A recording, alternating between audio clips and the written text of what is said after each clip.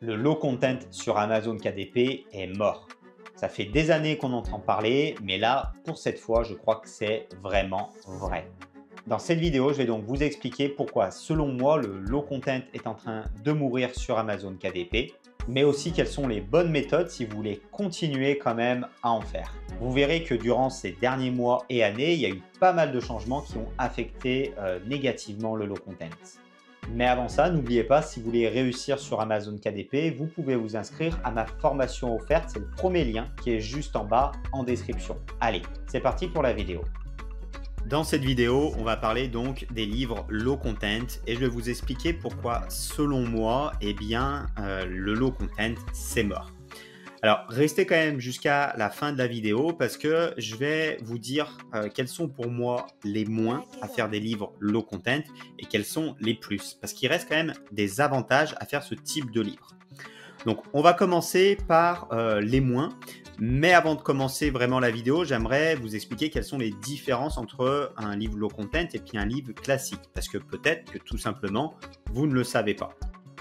Alors souvent, on a l'habitude de parler de low content quand ce sont des livres à remplir. Donc typiquement, ici, je vous ai pris l'exemple d'un livre de recettes, d'un carnet de recettes.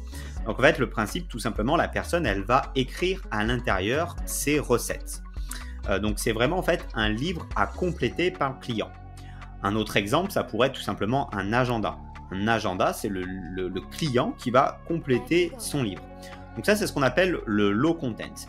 Il existe aussi le no content. Le no content, c'est tout simplement, simplement des lignes à remplir. Donc typiquement, un carnet de notes à remplir.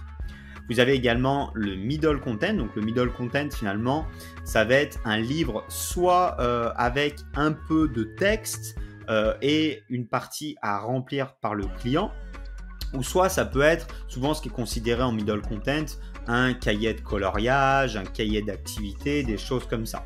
Et puis après, on a ce qu'on appelle le high content, donc c'est des livres à gros contenu, à fort contenu.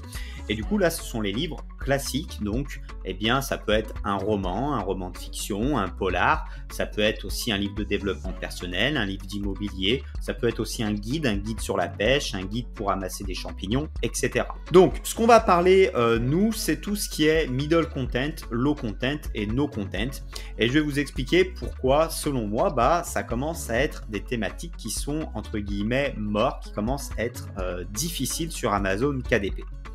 Alors, la première raison que l'on a, c'est tout simplement que vous avez globalement moins de demandes sur des livres low content que sur des livres high content. En fait, si vous prenez n'importe quelle niche, si on prend par exemple, si je vous ai pris l'exemple de l'immobilier, un livre sur l'immobilier, un livre high content sur l'immobilier, on a beaucoup de demandes dessus. Il y a beaucoup de gens qui veulent se renseigner sur l'immobilier.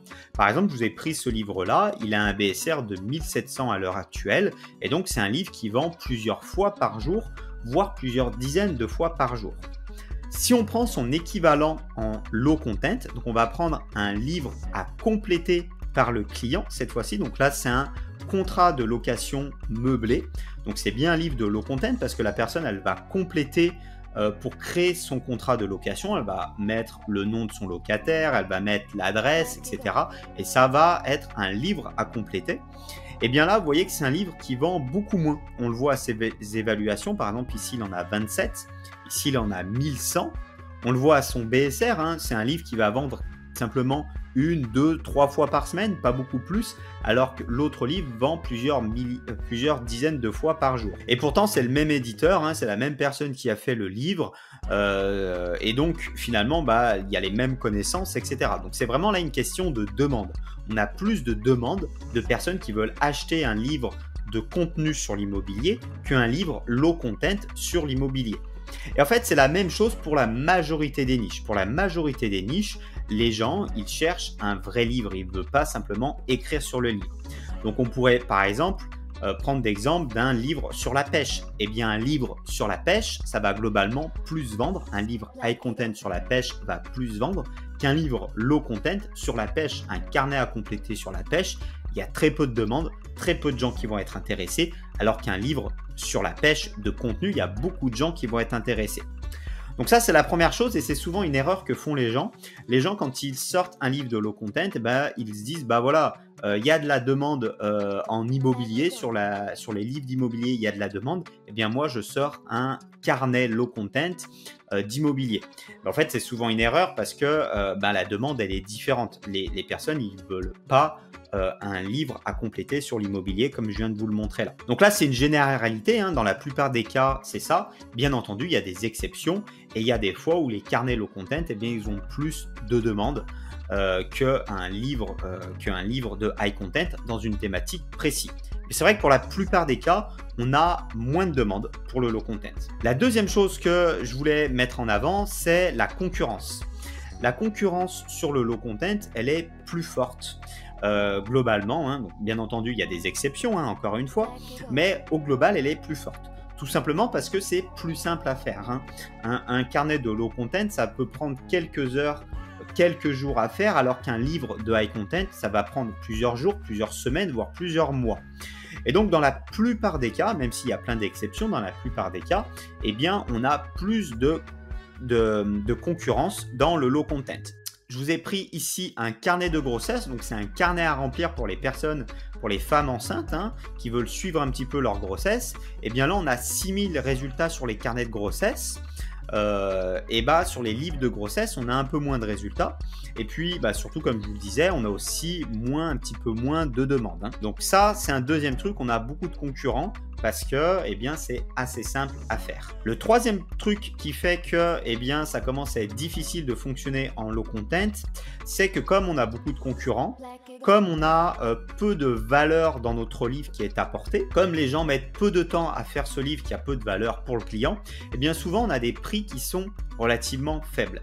Par exemple, ici sur les agendas minceurs. Les agendas minceurs, c'est quelque chose quand même où il y a pas mal de demandes.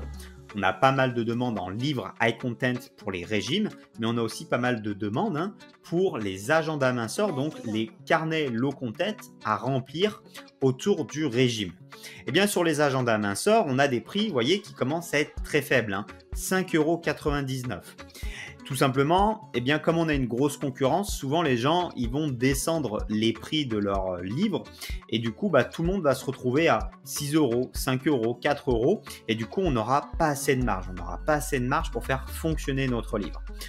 Donc ça c'est un autre défaut finalement du low content. Plus on avance dans le temps, plus on a de concurrents et donc plus les prix ont tendance à baisser. Autre problématique, et donc ça c'est des problématiques qui sont maintenant récentes. Là c'était plutôt des problématiques qui étaient là depuis plusieurs années. Et pourtant, moi je vous disais depuis plusieurs années, faites du low content, vous pouvez gagner de l'argent avec.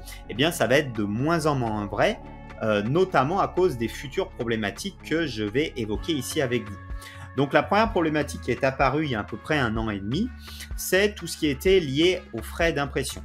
Les frais d'impression, ils ont changé et globalement, ils ont augmenté.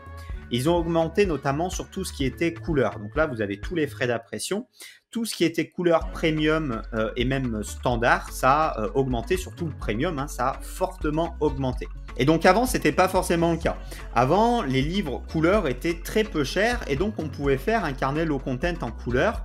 C'était plutôt sympa, ça apportait un peu plus de valeur, c'était un peu mieux pour le client. On pouvait mettre un prix un peu plus important et pourtant, ça ne nous coûtait pas plus cher que du noir et blanc. On pouvait faire la même chose par exemple sur des cahiers d'activité. Un cahier d'activité pour enfants, on va dire que c'est souvent conseillé comme du middle content.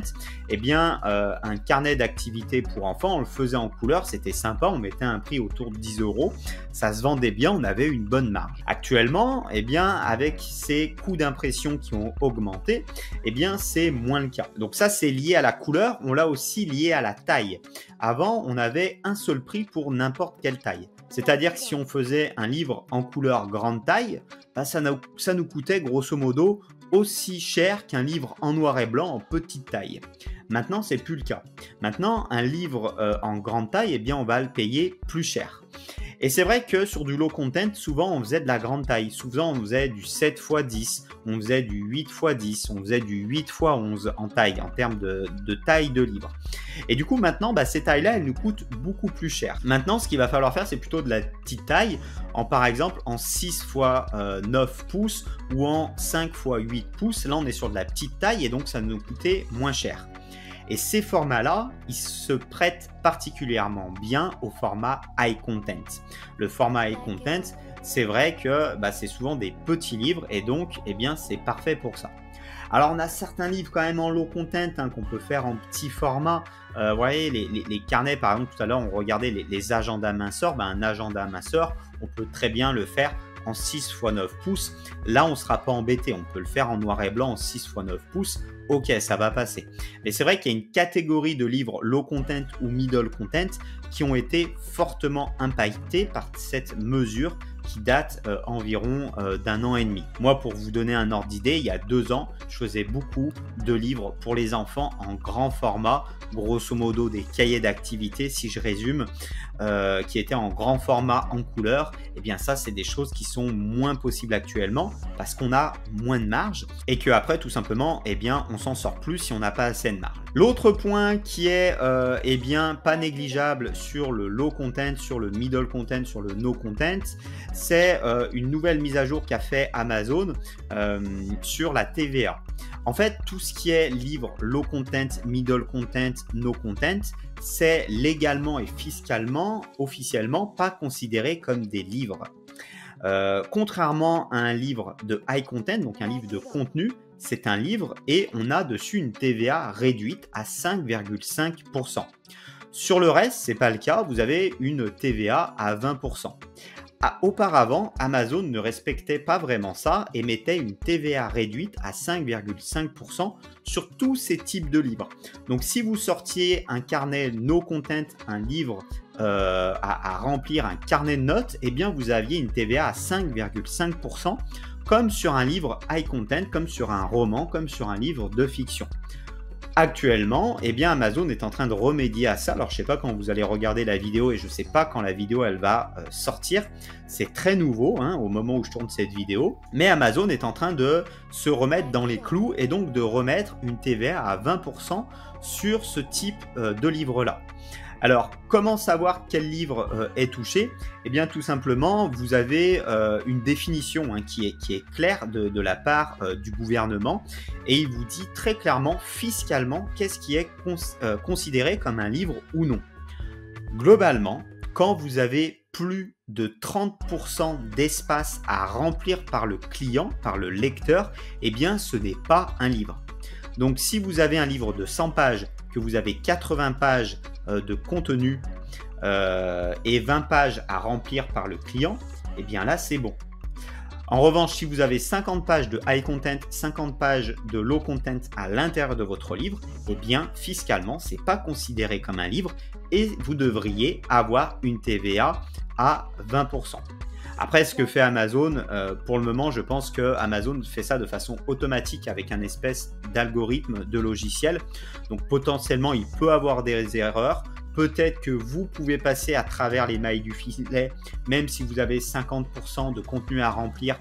Eh bien, peut-être que vous allez avoir une TVA à 5,5% parce que peut-être que vous pouvez passer à travers les mailles du filet. Ou à l'inverse, peut-être que vous pouvez avoir 90% de contenu et des fois Amazon va quand même vous mettre une TVA à 20%. Mais globalement, c'est la règle. C'est la règle. Plus de 30% de choses à remplir, vous n'êtes pas un livre, vous êtes finalement du low content. Ça va plus loin, là je vous dis les grandes lignes, vous pourrez aller voir, alors si j'y pense, je vous mettrai le lien de ce document là en description de la vidéo, mais vous avez des exemples précis qui vous disent quand est-ce que vous respectez la définition fiscale d'un livre.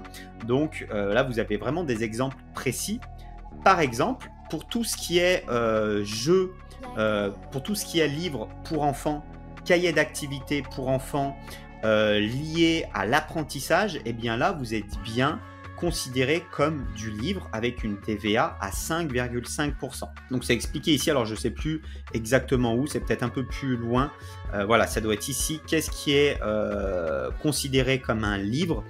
Donc vous l'avez ici, donc vous avez livre de coloriage pour enfants, cahier de vacances, de travaux pratiques complétant des livres scolaires. Voilà, donc c'est ça. Donc quand c'est lié au scolaire, quand c'est un cahier d'activité par exemple pour apprendre à compter, des choses comme ça, eh bien il n'y a pas de souci vous allez être considéré comme un livre fiscalement, en tout cas au regard de la loi française. Hein. Vous n'êtes pas du low content, vous êtes un livre. Pareil, hein, si vous avez des images, des choses comme ça, vous voyez un recueil de photographies, eh bien là c'est pas du texte, mais c'est du contenu, c'est des photos, c'est des images, eh bien vous êtes bien considéré comme un livre.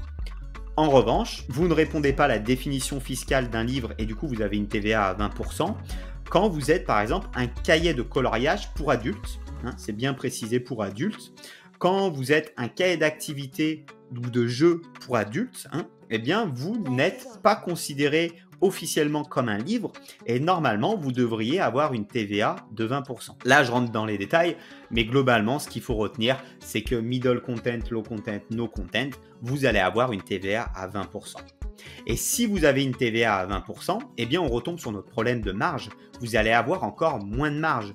Si vous vendez un livre à 10 euros, un livre low content à 10 euros, eh bien, vous allez avoir grosso modo 2 euros qui vont être de la TVA qui ne vont pas tomber dans votre poche. Auparavant, comme Amazon n'était pas vraiment dans les clous, eh bien, vous aviez que 50 centimes sur 10 euros qui revenaient à l'État finalement. Eh bien, aujourd'hui, c'est 2 euros.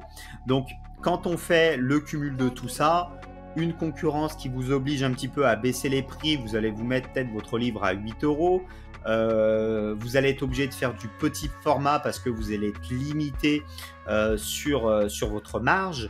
Vous n'allez pas pouvoir faire de la couleur. Vous allez avoir une TVA de 20%. Bah, tout ça, ça réduit votre marge et puis au final, eh bien, il vous reste plus grand chose. Et ça, pour moi, c'est le plus gros défaut qu'on a actuellement sur le low content, c'est que vous allez avoir peu de marge. Et c'est pour ça finalement que je vous dis qu'on s'approche de la fin du low content, tout simplement à cause de ces problématiques. Mais vous avez quand même des lueurs d'espoir. Et je voulais venir dessus. Alors, peut-être que c'est plus compliqué qu'avant, le low content, mais c'est pas totalement mort.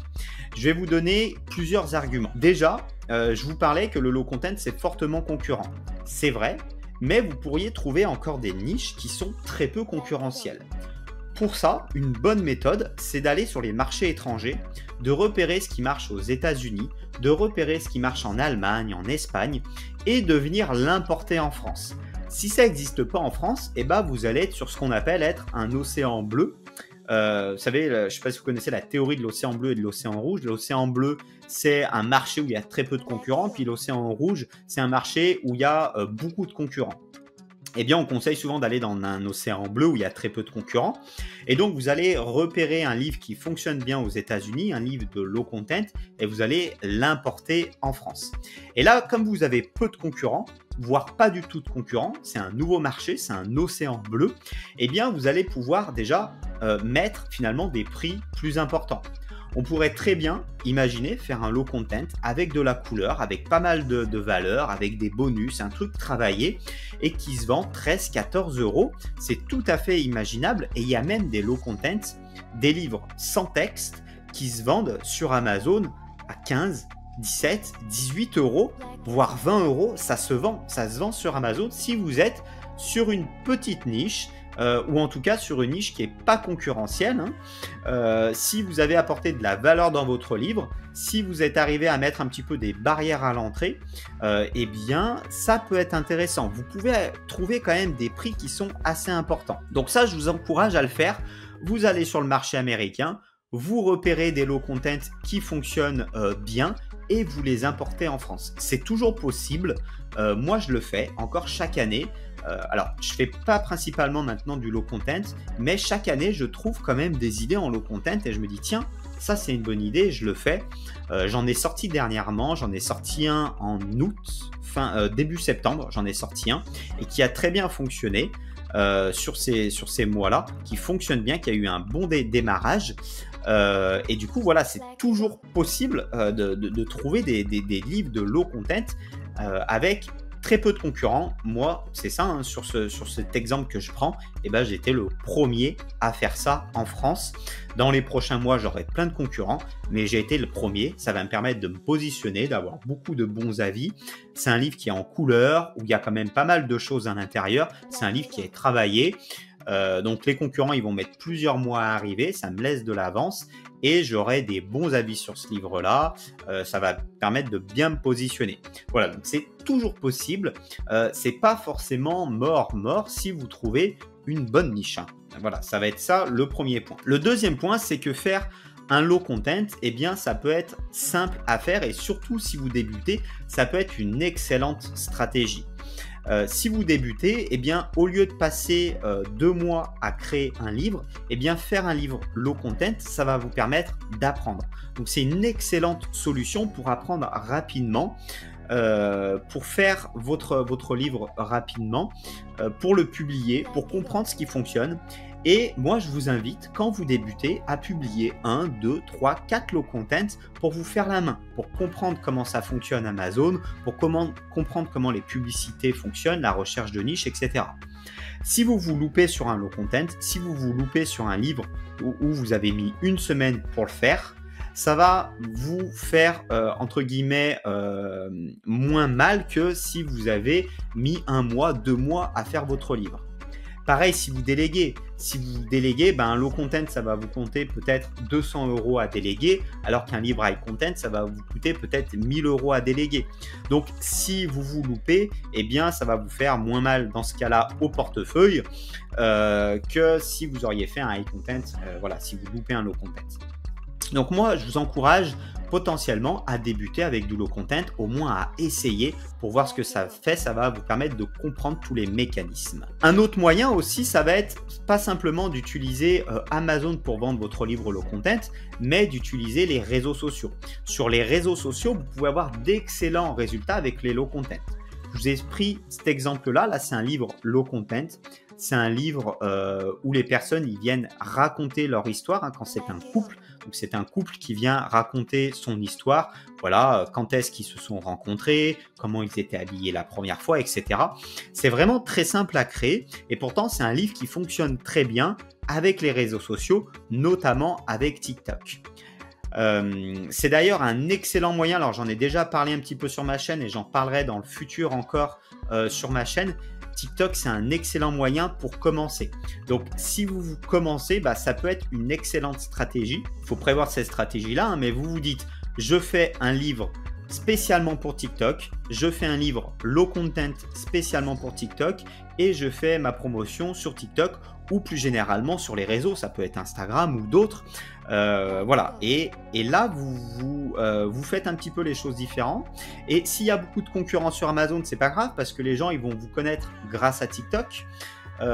Si vos concurrents ils sont moins chers, c'est pas grave. Vous voyez, cette personne-là, elle s'est mise à 15 € parce que les personnes ils viennent de TikTok et du coup ils ont envie d'acheter ce livre-là et finalement ils regardent pas si c'est 15 € ou 12 €, ils vont acheter le livre-là. Bien sûr, il faut que le livre à l'intérieur il soit bien fait, hein, pour que ça plaise aux clients, mais finalement là vous n'avez pas le problème de concurrence, vous n'avez pas le problème de marge, etc. Donc finalement, c'est une excellente stratégie pour commencer un livre de low content.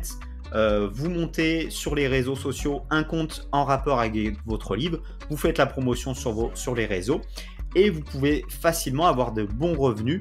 Ce livre-là, c'est un livre qui est rentré plusieurs fois dans le top 100, qui est quasiment tout le temps dans le top 1000. C'est un livre donc qui vend beaucoup. C'est une bonne solution. Et l'autre chose que je peux vous dire, c'est que même si vous faites un low content, que vous débutez, vous faites un low content et que peut-être qu'il y a beaucoup de concurrents, peut-être que vous avez une faible marge, etc.